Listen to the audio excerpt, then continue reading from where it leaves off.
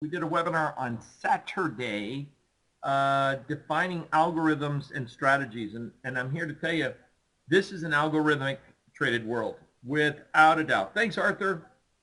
And Alan V., I did get your, I see your post, and I will give you a jingle. I'll try to do it this week. I am beyond swamped right now. Lots going on behind the scenes, some beautiful things, incredible things. And when I say incredible, I think a lot of you guys that have been in the trading room have seen the results in an environment that we're in right now. And I mean, I just got to tell you, I think tomorrow, I'm going to just get this out of the way. The market doesn't care about, I think it's a bunch of smoke screen about everything that's going on around the world. It wants to know one thing: fiscal policy changes. End of story. It's ignored the Fed. It's ignored terrorist attacks. It's ignored everything. I mean, the Russians are coming. The Russians are coming. Forget about it. I mean, I think everyone's tired of hearing about the Russians. And I don't care what side of the party you're on, the Democrat, Republican, doesn't matter to me. I think we're all done with the Russians. And by the way, if we're all concerned about the Russians are coming, there's that old movie. It was a comedy. I think Dom DeLuise was in it. I don't remember. It was like the Russian sub off the coast of Cape Cod. It's like an old movie. That might be one that we could get out of the Turner Classics one night and watch. So in any event, this market to me is defied gravity. And so what are the tools that I'm looking at to help me navigate the market and the environment we're in right now? First and foremost, let's start with this, a risk disclosure, and we'll get into what we want to talk about today. I don't see where the slide, somebody says, how come the email says it starts at 4:30 and the slide says 8 p.m.? There is no slide that says 8 p.m., but the slide says Traders Toolbox by John Person, John. So it starts now. I think you got the, hopefully you're with us there. And I apologize for any conflict that I don't see the 8 o'clock.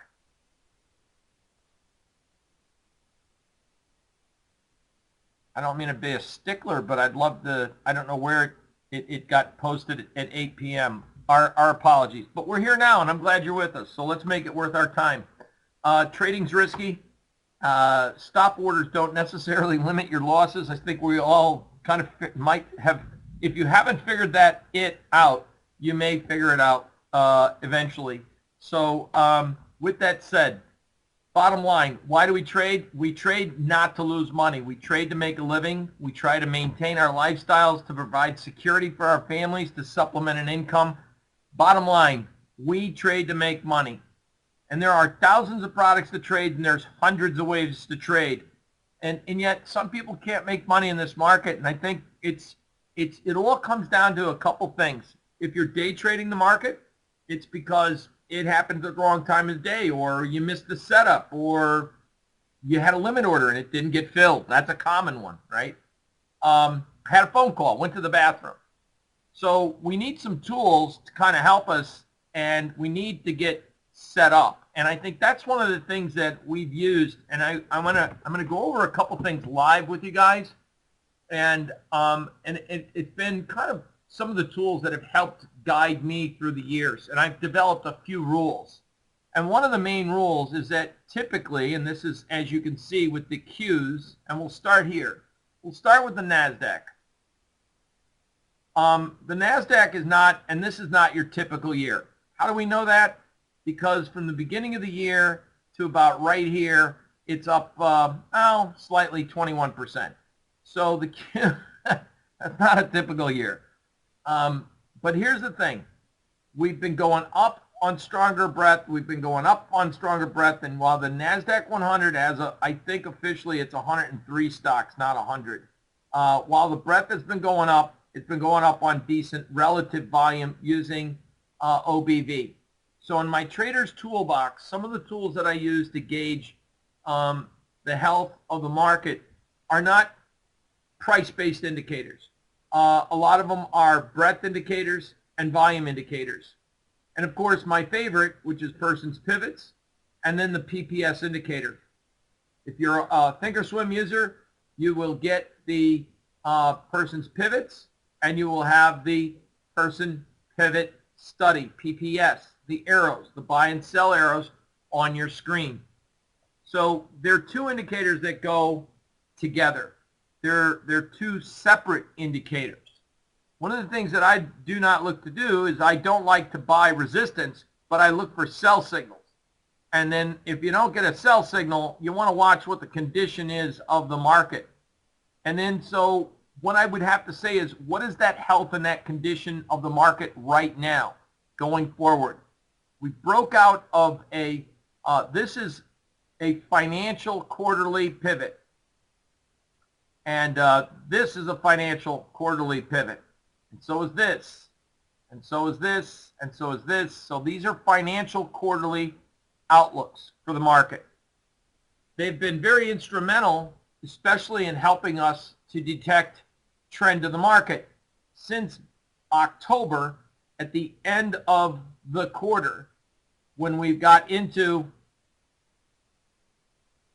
the end of September, excuse me, beginning of October. At the end of September, you will notice that we had a red line up here and a green line there, and it's a higher than the prior time period. These were calculated at the end of the quarter for September. And what it suggested was that the Qs was going to be in a bullish environment. And it was, obviously. Now, you'll also notice that there's pretty much four colors. There's a red, there's a blue, there's a green, and if you put your imagination light on, this is actually gold. This is a very important element to the person's pivots. It's the thing that filters out. It's an indicator that tells you bullish or bearish, believe it or not. In addition, you can also see that the blue pivot has been actually climbing every single quarter, right? And in the last 1, 2, 3 quarters, it has gradually climbed, all right? And now this is the 4th time in a row it has a wider separation. So the quarterly pivot takes the value of the high and the low and the close over and averages it out by 3, so HLC divided by 3 of that time frame. So for stock and ETF traders, higher degree longer term time frames are very important. This market has been telling us we were actually looking at a higher pivot since last summer. And it's been gradually moving up. Now this Trader's Toolbox can help us to define value either under, fair, or over. Fair, under, over. And when a market starts to gradually get a little too far from its mean, its pivot, it tends to do one of two things: go down or sideways. If you notice where we are in a quarterly pivot right now in the Qs, it was 138, and we're at 143. That price difference between up here and down there is historically abnormally wide. So going way back in time, since 1999 and 2000, it's been a while before we got a quarterly pivot distance in terms of percent from the value here to the value there of that magnitude. All right. Steve Nappity asks a question. And the question is, will anyone at Thinkorswim ever give us quarterly pivots? Well, here's the funny thing. They kind of figured out, because everyone listens to me and they hear me talk about quarterly pivots and other people pick up on it, and it sounds like a great idea, and it really is, because I've been using them for 33 years. And we used them in the bond market, interest rates, when interest rates were, when there was an interest rate, when we had an 8% coupon yield. And if you're a bond trader, man, you really have to reach out in your hat and pull out some time to figure out what an 8% coupon yield was, because that's way long time ago. That's a whole different era. When interest rates were moving, we would figure out we would be able to calculate both not just price, but also yield on a financial quarterly basis. So it was kind of important. ETFs, stocks, everything revolves around that quarterly financial period. It's not easy to program because you have a lot of things behind the scenes. So the question on the table is, will Thinkorswim put them up there? And we are talking and developing, and it'll be out. And I don't want to say which release, but the answer is, will we get quarterly pivots on Thinkorswim? I am working with Mr. Script himself, and yes, TOS will have these, and we're working on it. TOS will also have this blue thing, the gold thing. You got the blue thing. So you're going to get eventually soon, hopefully by the beginning of the school year for kids, which would be September, we will get the gold line, which acts as a strong pivot as well. But the filtering mechanism is there, and we will have quarterly pivots. So please don't go in and type and say, hey, JJ or Q, when can we get this? Because then they'll come back to me and they'll know I just did a webinar, and they'll say, why are you telling people this? So please keep it to ourselves. We are working on it. I promise you we'll get it out there. Okay? And I'll see many of you this year again. I know I stopped going to trade shows and talking at the trade shows, and I was out in Vegas doing my own thing, and they asked me to do a little presentation, which was really cool. And they asked me to come back and do a couple more, and I said, okay, I will. So you'll probably see me at a couple of the trade shows going forward at least Las Vegas in November, and I hope there's a good rock band that's playing, because I like to time good shows to going to Vegas. So, all right, with that said, what's in our Traders Toolbox that's going to help us to determine if the market's overvalued, undervalued, or fair valued? Typically, when a market over a period of time, remember, technical analysis and trading has a lot to do with price over time, all right? Or time over price, whichever way you want to figure it out. When a product gets too undervalued relevant to its pivot, it can come up to it. When it's fair valued and it tries to come down to pivot, it can act as support. When it launches too far from pivot, it'll pause, allowing for the pivot to catch up to price, and then it'll launch. And we have not had a chance in this market since the beginning of the year for price to catch up to pivot.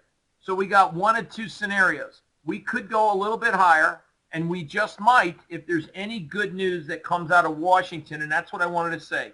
This market is impervious to James Comey. It's impervious to the British election tomorrow. It's impervious and doesn't give a rat's ass, to be honest, I don't think, to Mario Draghi. It cares about one thing, and it starts with it's the F word, and it's called fiscal stimulus. Fiscal. What policies are going to come out of Washington, D.C.? Are we going to get that tax cut? Are we going to get imposed with a border tax? What's going on behind the scenes? That's what this market really wants to know. And that's what Wall Street, the people that are managing your money or your 401ks or your retirement funds, this is what they're looking at. Everyone's waiting for that. If tomorrow, if you don't believe me, if tomorrow, some people are calling it Super Thursday because of those three events, which is kind of funny. It's the trilogy. Three events. Comey, British election, and, of course, Mario Draghi, the European Central Bank, right?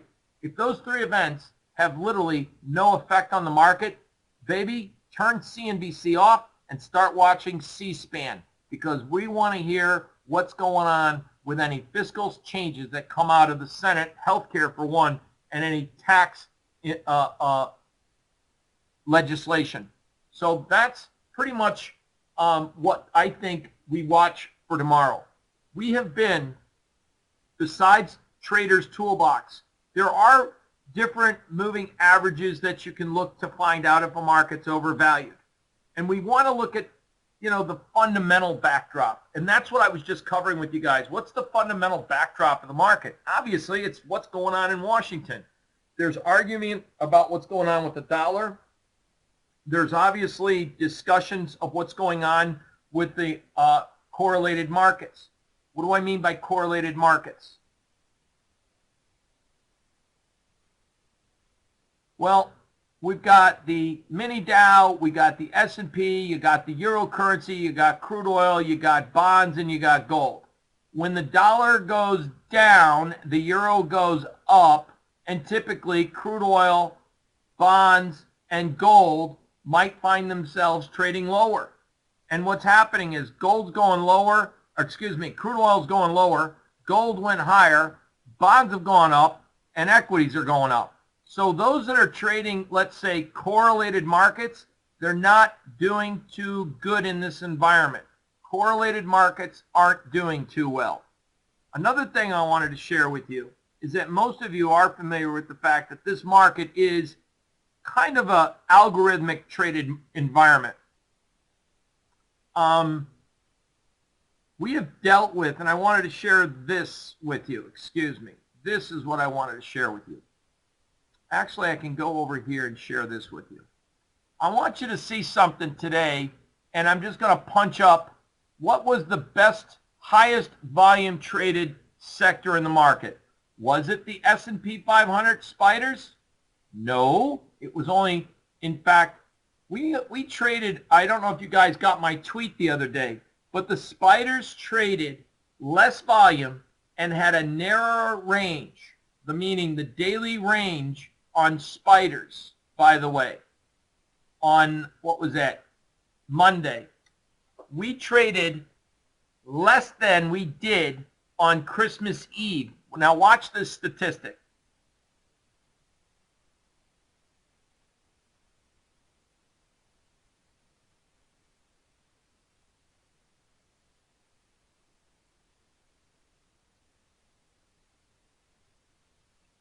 Monday's range,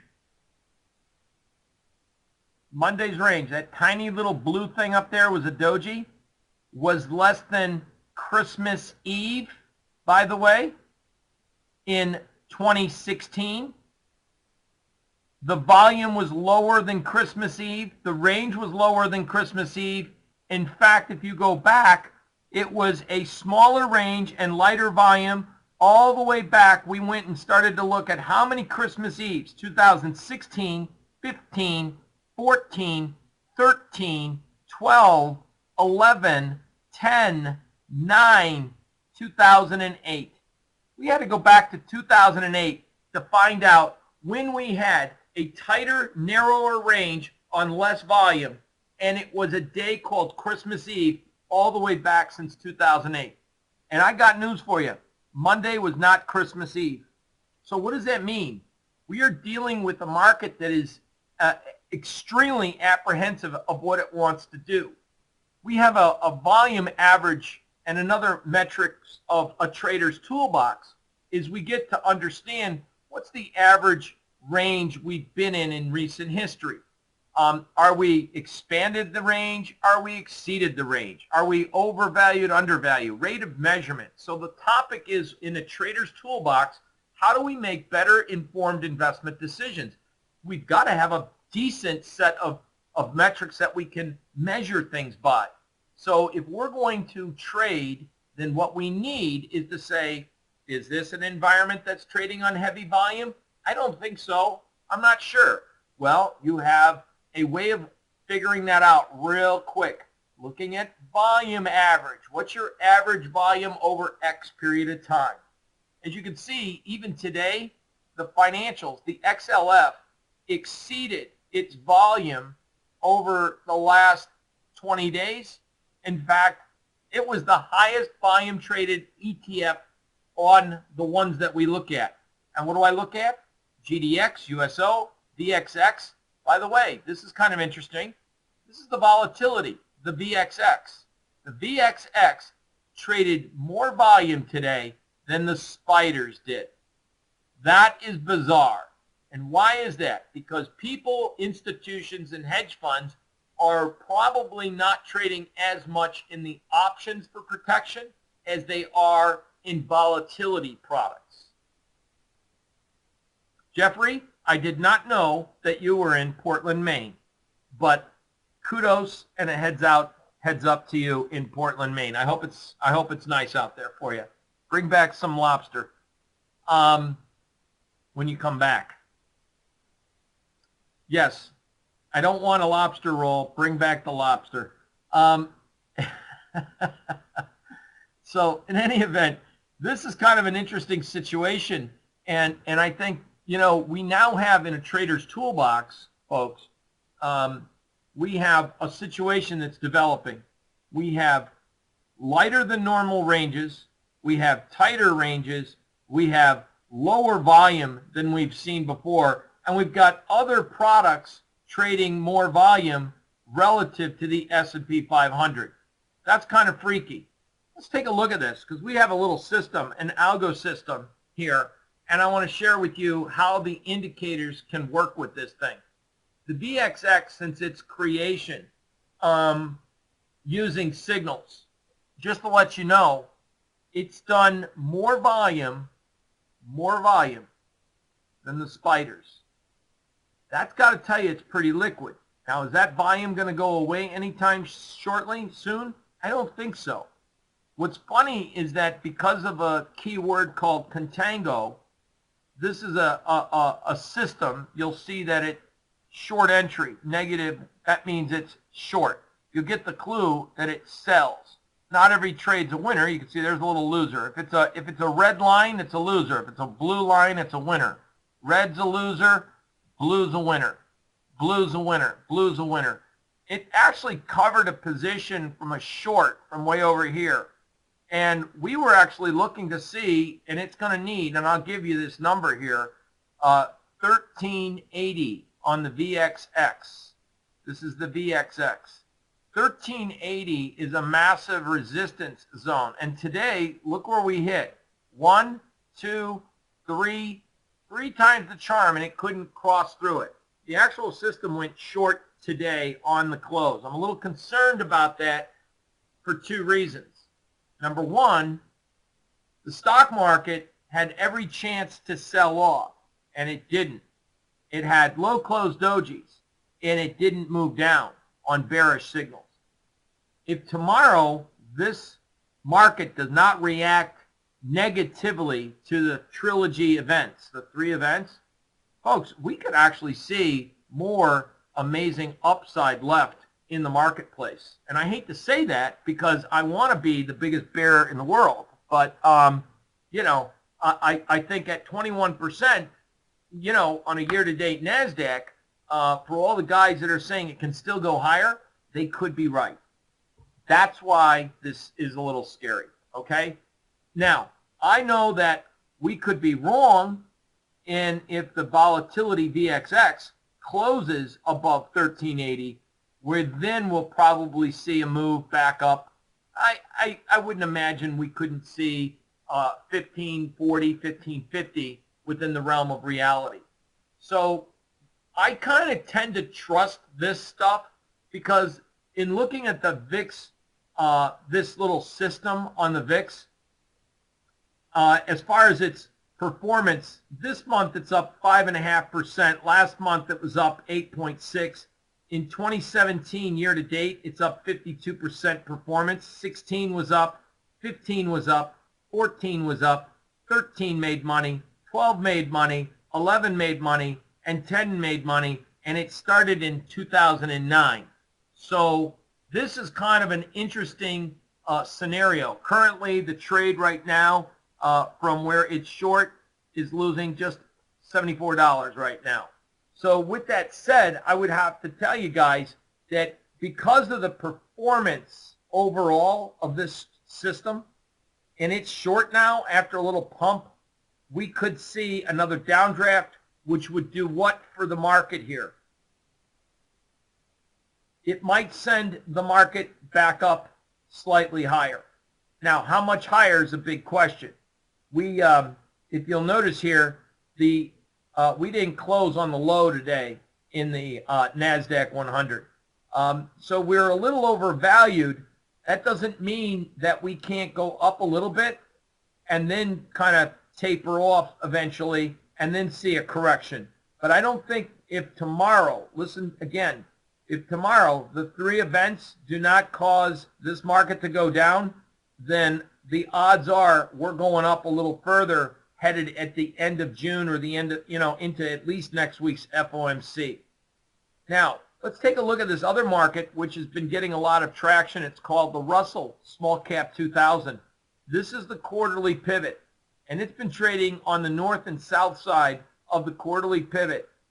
As you can see, it's just sitting here. It has been in one narrow, tight range, and it has been causing people to go short here and long there, and it's not really a true trading range because it breaks out and makes new highs, and it makes a newer low, and then it rallies and it won't make a newer high, and then it won't make a newer low, and it's all over the board kind of.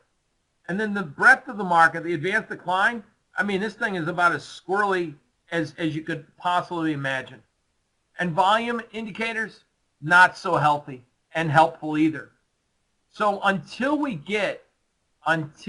actually get a break out of this incredible range, and this is what's scary because this is a trading range, and when we break out of this, we're going to, as you probably well aware, the higher degree time frame a market's trading sideways, the bigger the breakout. And if we start to see improvement in volume, if we start to see the breadth rise, I have to say, as much as I don't like an equity market like NASDAQ up 21% without some kind of a pullback, I have to look at the facts and say, listen, if something comes out that's positive, this market believe it or not, is actually coiled and primed for an upside move. The fact that the Traders Toolbox are showing us VIX products again as not moving up when it probably had every chance to. And today's activity, looking at even the Dow Jones Industrial Average, little interesting component here. 1, 2, 3, 4, 5, 6, 7, 8, 9, 10, 11, 12 days. 1, 2, 3, 4, 5, 6, 7, 8 of the 12 days have been dojis. There's a lot of indecision. And yet it won't break. The pivot, it has a shot that it could see some further upside. The breadth of the market in the Dow, which is only 30 stocks, is seeing, relative to the move, is moving up, as is the volume. So sneakily, like I'd like to say we're all adults, so I'm going to say this phrase because it's me. It's like sneakier than a fart in church. This market is starting to build a little bit more sneakier than a fart in church. This market is starting to build a little bit more positive momentum relative than negative momentum. And I'm not sure if that alludes to us to having maybe a midsummer pullback, or it goes up first and then down. So I just wanted to bring these our facts. I did not make up these indexes. I didn't make up these studies, but I'm teaching you how you can get the most out of them in your trader's toolbox. We need to see some kind of evidence that the market is pulling or at least losing its positivity. And as it is right now, the fact that we've got contracted ranges, and how contracted are we talking about? Well, like I pointed out in the this little page right here, the ATRs, when we start taking a look at, we were, over the last 10 days, the Qs, they kind of are sitting at their ATR. When you look at the spiders, that looks normal. We kind of expanded a little bit. I'll tell it to you in terms of S&P futures. 3 weeks ago, the ATR was at 22 handles. Last year, we averaged 30. Right now, we're at 11.5. That's the ATR in the market on S&P futures. And by the way, that's getting ready to pop. When you start to see contraction, and maybe many of you have noticed this, that the ES, you wake up in the morning and it's got, what, 6 points, 4 points? I mean, 24 ticks. all night long. The Asian, the European, and the early morning U.S. session, it's got 24 ticks. That's tough trading. And so I would have to tell you, we are more than likely, by paying attention to ATR, by paying attention to total volume, and seeing what the board is saying, not by price, but also by looking at a tool that we could say, what is really emphatically going on with the market right now? We've dropped volume, and more importantly, we're starting to see products change course. Instead of everyone trading this stuff, we're starting to see people trading this stuff more frequently, volatility, and it's not going away right now. That's a pretty, I don't know, eye-opening scenario. We actually traded 53 million in the VXX today when the 10-day or 15-day, excuse me, average volume is 48 million. That's eye-opening, guys. That's eye-opening. In fact, we did, as you can see right now, it's 53 at 53 in after hours, tallying the volume in spiders versus the VXX. So what does this tell me?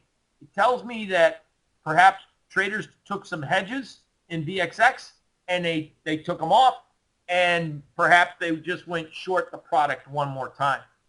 So moving forward, I think trading the market, when we look at specific indicators and certain tools, and we, as many of you know, have created a lot of phenomenal tools that I think have kept us and helped me stay on the right side of the market. For one, we introduced this, which is not my concept. I just put this in a different perspective. And let's take a look at a stock called Apple. So Apple is an interesting study right now, because in the same content that, it's had a great year, it's had a big rise, and one of the things that it's done, the market's gone up, and it's sitting up here in a little triangle pattern, right? And it's trying to break out. The only thing that bothers me about Apple is maybe it could lead the market up just one more last-ditch upside move, and that's possible. But here's what I'm really concerned about. This is a volume tool that measures in terms of percent change. That's a volume indicator. And as you can see, it doesn't matter. Many of you are familiar with indicators, whether it's stochastics or MACD, and you're familiar with the term divergence and convergence. This market is made from its primary high, where volume was so strong, to its secondary high, where volume's very low. It is also relative to the overall market. It has formed a weakening condition. In fact, even Apple went up today, and you'll notice it has a negative reading. That is a warning sign that it is losing its positive momentum, and it's lost its relative strength to the overall market. And the last time we kind of saw that condition was over here, and it did cause a little pullback. So as strong as the market was looking, right, and it looked great, and it looked like it was going up, it made a secondary higher high temporarily, and then it puked. That's my concern. The market might not be getting ready to puke this week, but definitely we might get one more shot to the upside, and if the volume and the relative strength stay negative, then we're getting ready for a dump.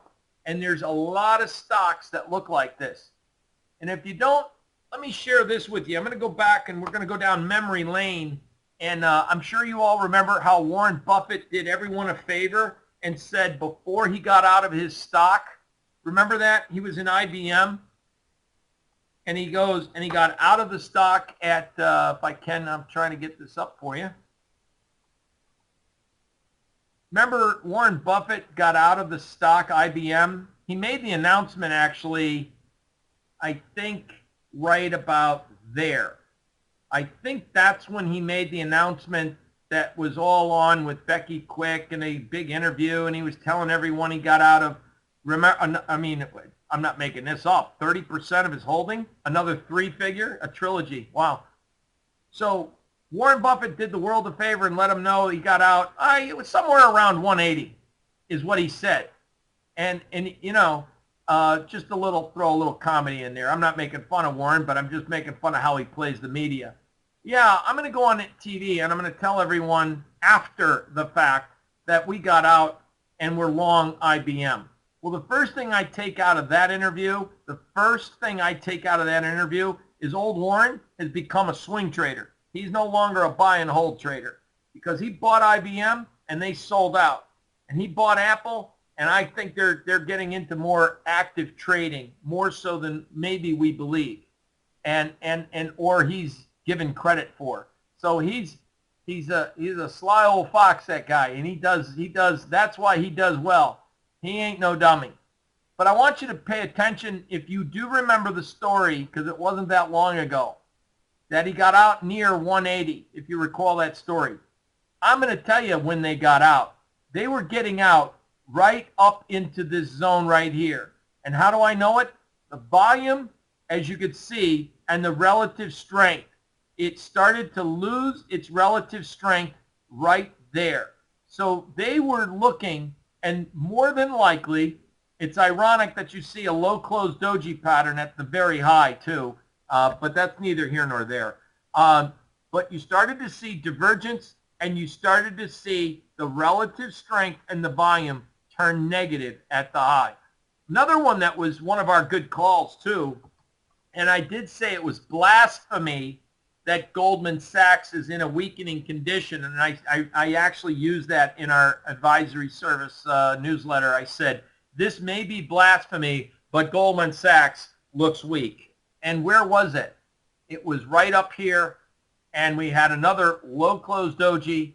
We had the volume divergence. If this is primary peak 1, and this is secondary peak 2. And if you notice here in this Trader's Toolbox session, looking at the relative strength was weakening. Now, in of itself, we need to watch for a conditional change in the market and a trend change. So we have right now, and I don't want to confuse everyone, I want to make sure we're understanding. There's a lot of stock and index sectors that have the same characteristics. Volume divergence with weakening relative strength to the overall market. But we started to see that before we went and made one more newer high. I'm not saying perhaps maybe to go up one more time, stop every short out, and then go down. But that is a possibility, and I just wanted you to say the best way to handicap the market is while we have two things in our Trader's Toolbox that we're looking at. Number one, our person's pivots, we've departed a little too far from the means from the quarterly basis. Number two, we're starting to show some major divergences in volume and relative strength within a lot of the sectors and stocks that are contained with those indexes. Does it work? Not 100% of the time. Has it worked in recent history? Yes, it has. And these are two dynamic examples. So I want everyone to kind of say, well, if we do make a new high and I'm already short, what do I do about it? I would hedge and hedge for the little short term, because on thin air we could see a pretty fabulous move. Now, relative to the S&P 500, here's that relative strength. How many sectors are negative and which ones to the S&P 500? And I'll give them to you. ITV, diamonds, industrials, XLY, consumer discretionary, the Russell, insurers, biotech, even financials, XHB, peripheral builders, of course USO, the ETF on crude oil, energy, regional banks, the VXX, because it's opposite, so that's a bad example, XRT, OIH oil, XOP, the worst one of the lot. So relative to the S&P 500, these are the areas or the sectors, excluding VIX, which is not a, it is an ETN. It doesn't measure. It's a derivative of a derivative of a derivative of a derivative. Let me rephrase that. The VXX, it's a derivative of VIX futures. The VIX futures is a derivative of the VIX. The VIX is a derivative of option activity on the S&P 500. The S&P 500 ETF is a derivative of the overall market. So it's a 6-time derivative product, which is kind of weird if you think of it in that terms. What's the strongest sector? Recently, it's gold, GDX, which GDX just started to really accelerate, the strongest group. Next to that is the semiconductors. So if you're thinking Lam Research, if you're thinking NVIDIA, you're thinking correctly. So let's take a look at the semis and say, gee, what does the overall market condition look like? And when I look at this and I go, wow, this is really an amazing run in the market. Where's the quarterly pivot? Way here. Where's the price? Way there. What happens when we get a departure from the means and it gets too far? Well, typically, and we haven't seen that occur in an awful long time, but when that does occur, we typically tend to either pause or reverse and allowing the pivot to catch up the price, or the pivot catches up the price, or price catches up the pivot. What's the condition of this volume on this run-up that we've had recently? The longer-term momentum of the volume, and this is a volume indicator, is moving down. The histogram is moving down. But clearly you could see that we have forming a divergence. So if you're thinking that now's the time to get in on the long side of semis and you're missing the move, I would think twice about that, because we are seeing a slight divergence in the market. And until we, just like over here, we started to rally and it looked great and the market was forming that volume divergence and the momentum of the volume was weakening, and what happened? We went down. And it went up and it went down, but over almost literally a year and a half, that's when we started to see another surge and a PPS buy signal, and then we went back up and formed a new leg. So emphatically, from a technical perspective, I can tell you that the market, from a historic, at least, price and a measurement rate of pivot target of fair value, we have departed a little bit too far from the means. Can we go up a little bit further first? Sure we could. Does this thing continue up over time? More likely not. It's starting to lose and flattening out. If you see here, since back there, this huge price move over the last, say, 60, 90 days, it's losing its volume participation. It's starting to digress. So that must tell me one of two things. This might be just that hyperbolic blow-off exhaustion type rally that we're seeing in the market. Even the momentum study is starting to warn that the highs are coming closer than they are. So I wanted you guys to see that and at least give you an idea of different traders' toolboxes of what's going on in the marketplace. Even looking at the relative strength of the semis versus the S&P 500. This looks dynamic. I mean, it's going straight up to the stratosphere. It's starting to show, or it is showing, it's not starting, it's already at a divergence condition. So we've got to be on guard that any further upside, and since the semis are heavily weighed to the Qs, we better say that we're probably got a little bit more upside in the market left going into maybe next week. If tomorrow nothing happens, maybe we got one more blow up. So don't get crazy on weekly options that expire tomorrow. That's the message that I wanted to give to everybody, okay? So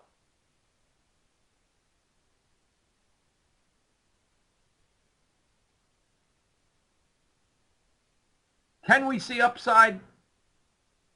Looks that way. How much higher can we go?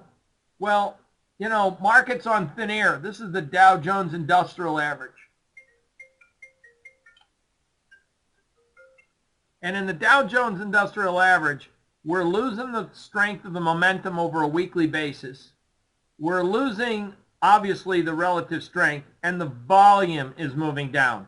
And that's not a very healthy sign.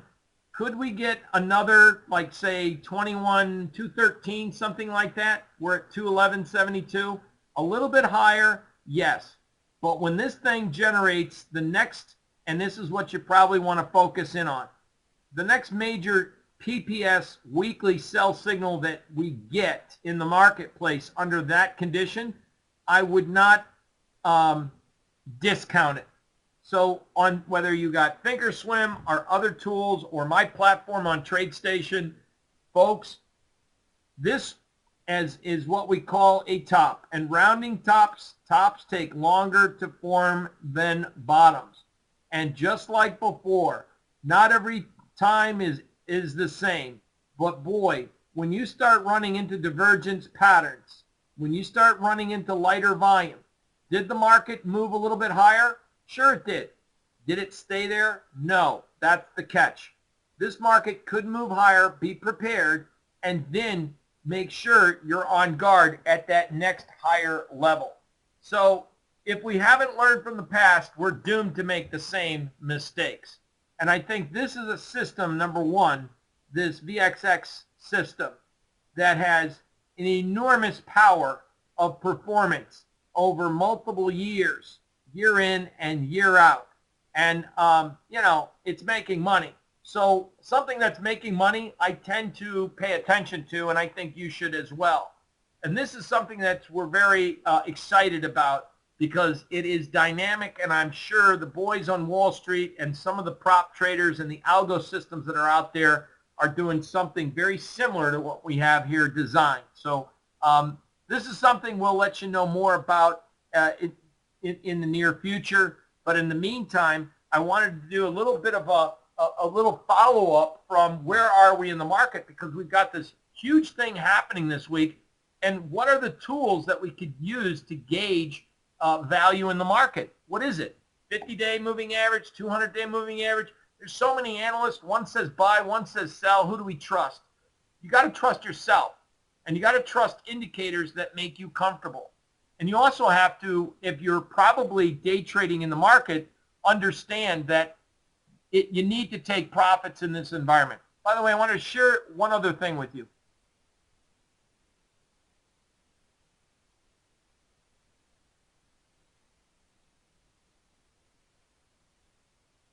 When you're sitting here with a narrowing 68 ticks in the euro, today we had almost an 80 tick range because it's ahead of the ECB tomorrow. Crude oil was $1.79 ATR. We did $2.58. Today was oil inventory report.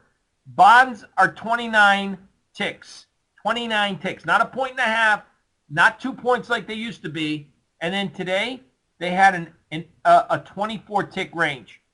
Gold actually met its expected range of $12. The Russell 17, it only did 10. The S&Ps had an 11-point range. You guys remember we used to trade 15-minute bars with an 11-point range. Now we have an 11-point range from Globex open to the close. Look at the NASDAQ futures, 39-point range. We used to have 60 just 2 weeks ago.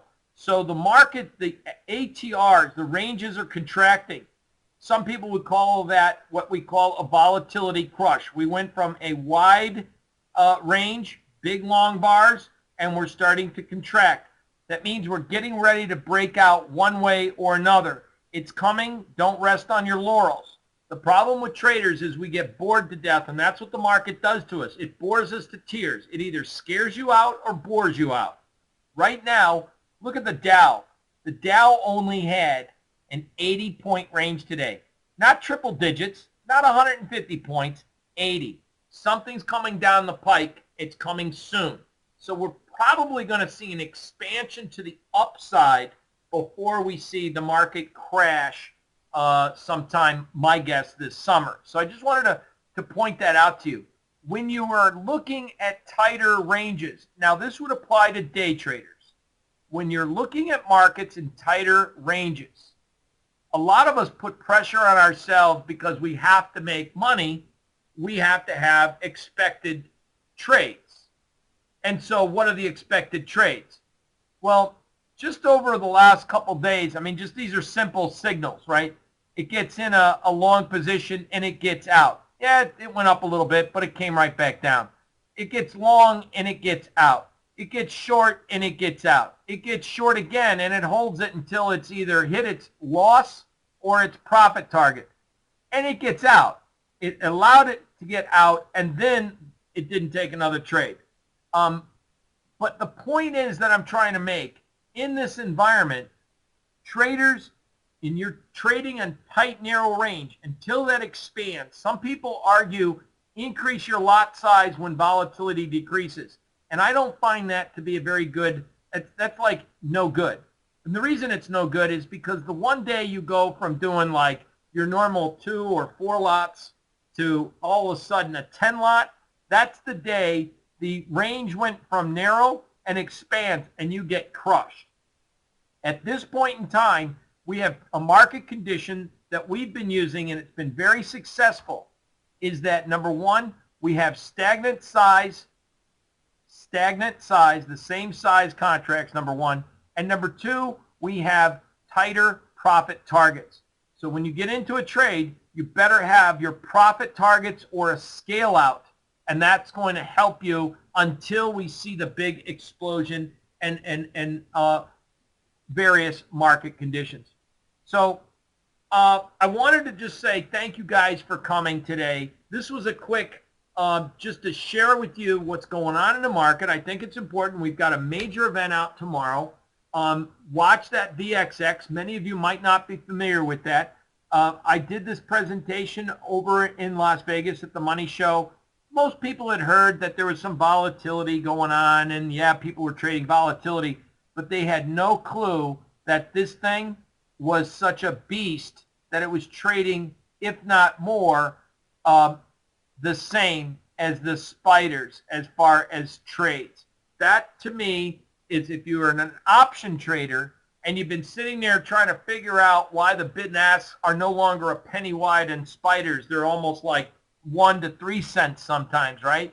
It's because I think traders are not using, at least maybe they're using the hedges on the volatility products rather than using spider options. That might have something to do with it. But with that, be that as it may, I hope you found value out of today's presentation. We did record it. This is a product that, based on its trade signals and our work, that kind of helps us to define, by the way, when you get into that concept that I just said. When you get into a trade, have a predetermined profit. You get into a trade, have a predetermined profit. If the trade's still good, your criteria will get you back into a trade, and then you can kind of, get out and then get back in. Automated trading systems is what's, I think, the rule of the roost right now, and has been for over a decade. But it's becoming more prominent in the marketplace because it's tougher for us to kind of, as individual discretionary traders, see these signals. So with that said, guys, thank you very much.